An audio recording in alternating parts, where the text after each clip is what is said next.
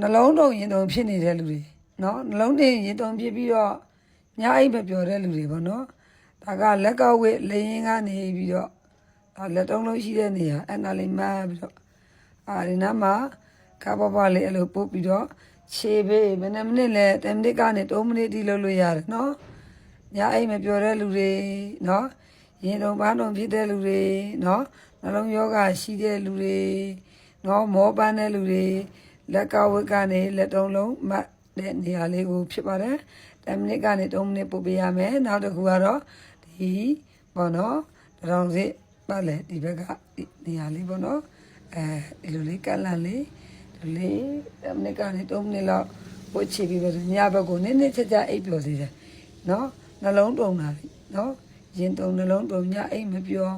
ဘူးမော်နော်အဲ့လိုလူမျိုးတွေအတွက်တင်ပေးလိုက်တာဖြစ်ပါတယ်ဆရာမကတော့ခေတ္တတမတော်ပဲဖြစ်ပါတယ်